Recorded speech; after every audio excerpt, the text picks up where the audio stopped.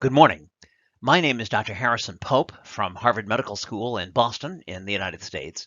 And today I'm going to talk about what science knows at this point about the long-term adverse effects of anabolic androgenic steroid use.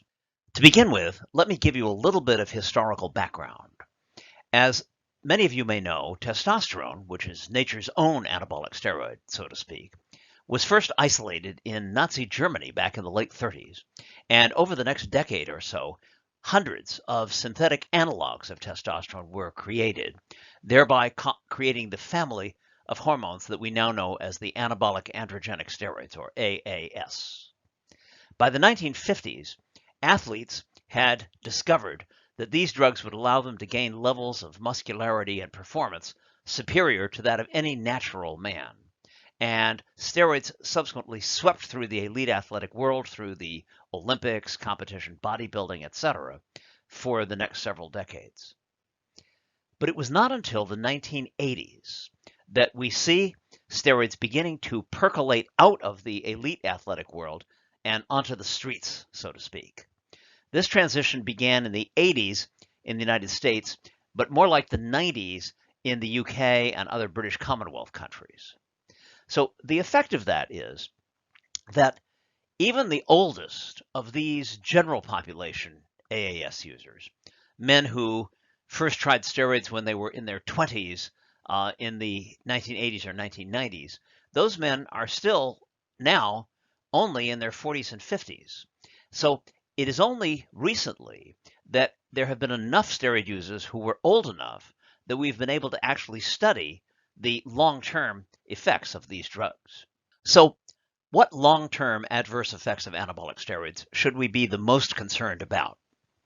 Well, in first place, I would rank the cardiovascular effects as the most serious cause of concern, followed probably in second place by the neuroendocrine effects, specifically the fact that many men develop prolonged hypogonadism, or inability to manufacture enough testosterone of their own when withdrawing from steroids. Then perhaps in third place would be the psychiatric effects, especially major depressive disorders, which may accompany hypogonadism. And then finally, a whole string of effects on other organ systems of the body, and in particular, the possibility that steroids may have neurotoxicity. And you'll be hearing about that at the end of this session from one of the world's experts in this field, Dr. Astrid Bjornebekk. But first, let me discuss in some detail the cardiac effects, because in recent years, we conducted the largest study that has ever been done looking systematically at cardiovascular toxicity of steroids in men recruited in the vicinity of Boston in the United States. I recruited 86 men between the ages of 34 and 54 who had used anabolic steroids for at least 2 years out of their lives, and a comparison group of 54 otherwise similar weightlifters, same age, same gyms, etc., but who reported no lifetime use of steroids at all. And we did a detailed cardiac workup on these men and demonstrated two significant long-term adverse effects. The first of these, as you can see here, is dilated cardiomyopathy. In cardiomyopathy, the heart becomes inefficient in its ability to do a good, clean, forceful contraction, and also impaired in its ability to fill back up with blood in preparation for the next beat. We assess cardiomyopathy using echocardiography, which is rather like an ultrasound, where an instrument can record the impulses from the heart through the chest wall. And here is what the output looks like. And you can see the right atrium, right ventricle, and left ventricle as they are detected by the machine. And here is an example of output from the machine. On the top, we see a tracing from a non-steroid user. As you can see, the lines of the graph are all closely superimposed on one another in a coherent bump with a height that goes up to the 58 mark. That means that all of the different aspects of the heart are contracting in a synchronous, coherent fashion, which is highlighted by the bright red ring on the left, so that this is a a good, clean, forceful beat that is expelling a lot of blood out into the aorta and into the peripheral vasculature. By contrast, on the bottom, we see the output from a steroid user. And there you can see that the various lines are not superimposed closely on each other, but are not nearly as well synchronized, so that this is a more flabby beat of the ventricle, as also shown in the ring on the left, which does not have the bright red highlighting, showing that the ventricle is not able to expel the blood as powerfully or as effectively in its beat as in the case of the non-steroid user. And this is the output showing the rate at which the heart fills back up as new blood is coming into it in preparation for the next beat.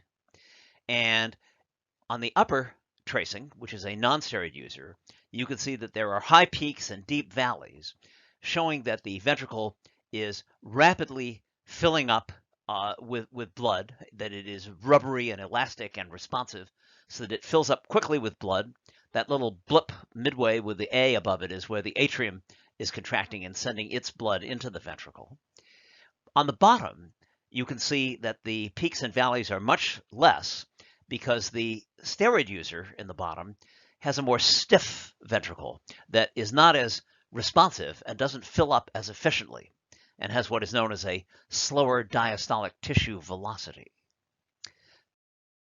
So translating that into actual numbers, this is a figure from the paper that we published a couple of years ago in the journal Circulation. On the top, we show the left ventricular ejection fraction, or the LVEF. And normally, when your ventricle contracts, it should expel at least 52% of its contents into the peripheral vasculature, and that is designated by the dotted red line. If you look at the non-users who have never used steroids in brown on the right side of the figure, you will see that their average LVEF was almost 60, and that virtually all of them, if you look at the little cloud of dots, virtually all of them were above 52, with only a couple of exceptions. By contrast, if you look at the 86 steroid users who are in the dark blue image on the left side of the graph, you can see that their average was actually below the 52, with a large number of them having abnormally low LVEF. But what is interesting is when you break this down into the users who are currently on steroids at the moment of evaluation, as compared to those who, for one reason or another, are off their cycle or who had stopped steroids at some point in the past, you see that the left ventricular ejection fraction is on average much worse in the people who are currently taking steroids, whereas the people who are off steroids seem to have partially recovered with their mean LVEF almost as great as the non-steroid using weightlifters on the right. But you can still see that there are several of them who are quite a ways below normal, even after having come off of steroids. So in short, it appears that when you're taking steroids, your ventricle is very likely to become impaired in its ability to pump an adequate amount of blood out with each beat. But that if you stop your steroids, you appear to recover to a considerable extent, but maybe not quite to the point where you are back to the level of the non-steroid using weightlifters. So now, turning to the lower image, we're looking here at the early diastolic left ventricular tissue velocity, or diastolic tissue velocity for short. Now here, that is measured in the rate in terms of centimeters per second at which the wall of the ventricle expands as it is filling up with blood. And the diastolic tissue velocity should be at least 8 or 9, and that is designated again by the dotted red line indicating the threshold of the normal range. Once again, if we look at the non-steroid using weightlifters on the far right in brown, you can see that virtually all of them have a diastolic tissue velocity above normal, with many of them being well above normal, up with 10, 12, even 14 centimeters per second of speed, so that their ventricles are very flexible and fill rapidly and efficiently with blood. By comparison, the steroid users in blue on the far left are barely above normal on average, with many of them going well below the normal value of 8.5 or 9. And once again, you see that the people currently taking steroids, the ones who are on drug, there are quite a number of them who are well below 8, with some going all the way down to 6 or 5 or even 4 centimeters per second, which is quite pathological. And again, in the ones who are no longer taking steroids at the time of evaluation, you can see that there's some recovery, that they have improved to some degree relative to the people currently taking steroids, but they still have not recovered to the level of the non-steroid using weightlifters. So cardiomyopathy is a significant effect of these drugs, and fortunately, it appears to be at least partially reversible, although the diastolic tissue velocity, the filling up with blood, appears to be maybe only partially reversible. And with advancing age, this is a disorder that could lead to shortness of breath or difficulty with carrying out exercise. Also in our study, we performed coronary computed tomography angiography looking for atherosclerotic plaque in the coronary arteries, namely for hardening of the arteries in the heart, which, as you know, would increase the risk of getting a heart attack. We did this by injecting the subject with a contrast agent, which could be seen by the X-rays in the CAT scanner, and then watching it as it coursed through his coronary arteries. Here is an example of what the image looks like. The arrow is pointing out a little area of atherosclerotic plaque, which, as you can see, is probably blockading at least 50% of that artery that is otherwise relatively open. And with computed tomography, you can assess the degree of this plaque throughout all of the various arteries in the heart and quantify the level of pathology. Here we have a graph of or a scatter plot, if you will, of the levels of plaque that we found in the hearts of the 86 steroid users.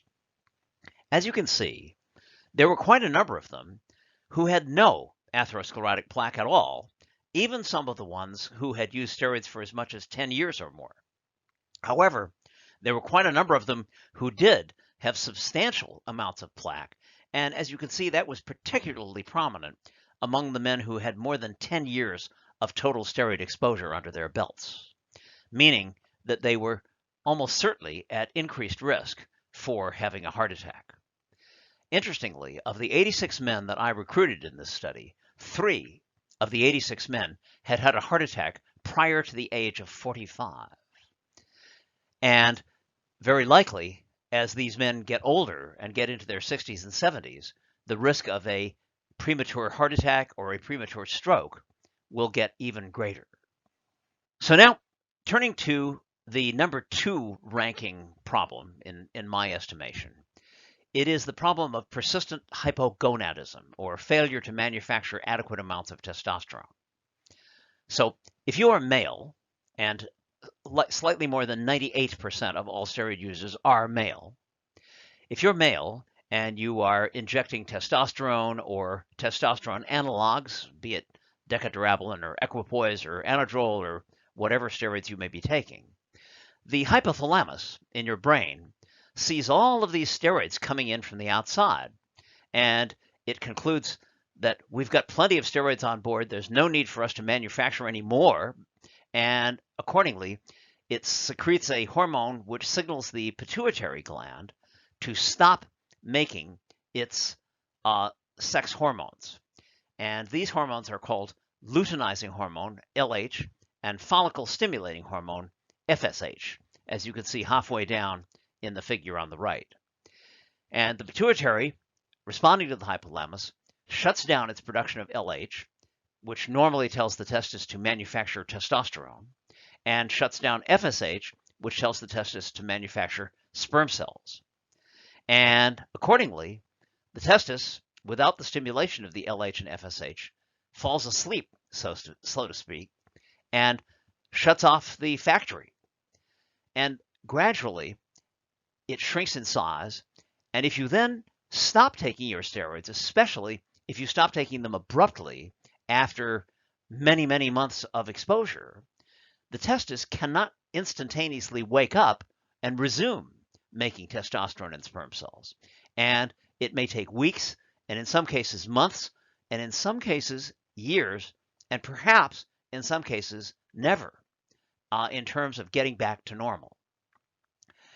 This is a significant problem because with hypogonadism, men lose their sex drive, frequently lose erectile function, and also, in about 10% of cases, become quite seriously depressed, sometimes even to the point of getting suicidally depressed.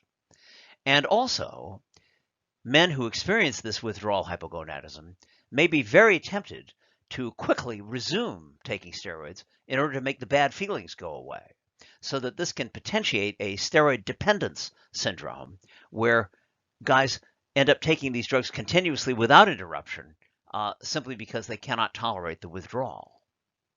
Now, this can be potentially treated by a skilled endocrinologist by administering human chorionic gonadotropin, which is a hormone that mimics the effects of LH and FSH, and it will help to wake the testis up faster than normal.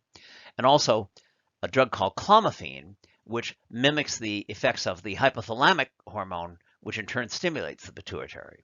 So if you are familiar with this, and regrettably there are not very many endocrinologists out there who see steroid users, but if you happen to be one who is skilled in this area, by juggling these different hormones, you can mitigate the effects of the hypogonadism and try to get the man's neuroendocrine system to get back on track more quickly. But still, even in the best of hands, there can still be prolonged hypogonadism, which can be quite devastating in some of these men.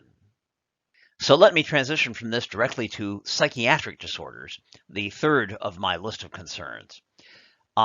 Hypomanic and manic episodes are times when people on steroids develop euphoria, irritability, aggressiveness, sometimes violence associated with decreased need for sleep, hyperactivity, impaired judgment, sometimes even rarely paranoid or grandiose delusions. Fortunately, these hypomanic or manic episodes are quite uncommon. About probably 10% of people get these episodes, but the other 90% have only very modest psychiatric symptoms of this type. And we don't know why these 10% of people are predisposed, whereas the other 90% are not. It appears to be some sort of a biological idiosyncrasy that makes people more vulnerable to this. Similarly, major depression, periods of depression during steroid withdrawal, are also idiosyncratic in that about 90% of people who have withdrawal hypogonadism don't get depressed, but about 10% can get quite severely depressed, again, for some biological reason which is not yet understood by science. This is just a quick slide from an early study that I did in the 1990s, showing that the manic or hypomanic episodes were much more common in people taking high doses, doses equivalent of 1,000 milligrams of testosterone equivalent per week or greater. But again, as I said, the mechanism by which these occur is not known. I have already mentioned that depressive episodes during steroid withdrawal occur only in a small percentage of people for reasons that are unknown. But in the people who do get these depressive episodes, they can sometimes be quite severe and associated with suicidal ideation or even completed suicide. Finally, there are effects on various other organ systems that are less concerning than my top three summarized here. There's an increased prevalence of ruptured tendons, especially in the upper body. There are occasional cases of liver toxicity, although that is much less common than is often believed. There is occasional kidney toxicity. We just published a paper on this.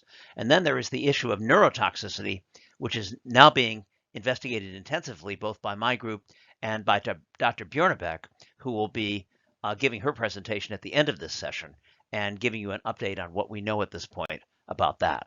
So in conclusion, what are the implications of all of this? Well, as I mentioned at the outset of this talk, widespread use of steroids by the general population did not occur until the 80s and the 90s. And as a result, even the oldest of these general population steroid users are only in their 40s and 50s today. So we are only now just beginning to be able to see the long-term side effects in men who've used steroids as they go into middle and older age. So let me conclude with an analogy. Suppose that widespread cigarette smoking did not arise in the population until the 1980s and the 1990s, and that the great majority of cigarette smokers were under the age of 50 today, in the same manner as is the case with steroids. In that scenario, there would be the occasional case report of lung cancer, perhaps the occasional case series of a small number of people with emphysema, but we would have no idea of what was about to hit us. And what worries me is that a similar situation may exist with anabolic steroids, and that over the next decade or two, as these men move into their 60s and 70s, that we may see a substantially greater amount of pathology as these adverse effects begin to declare themselves.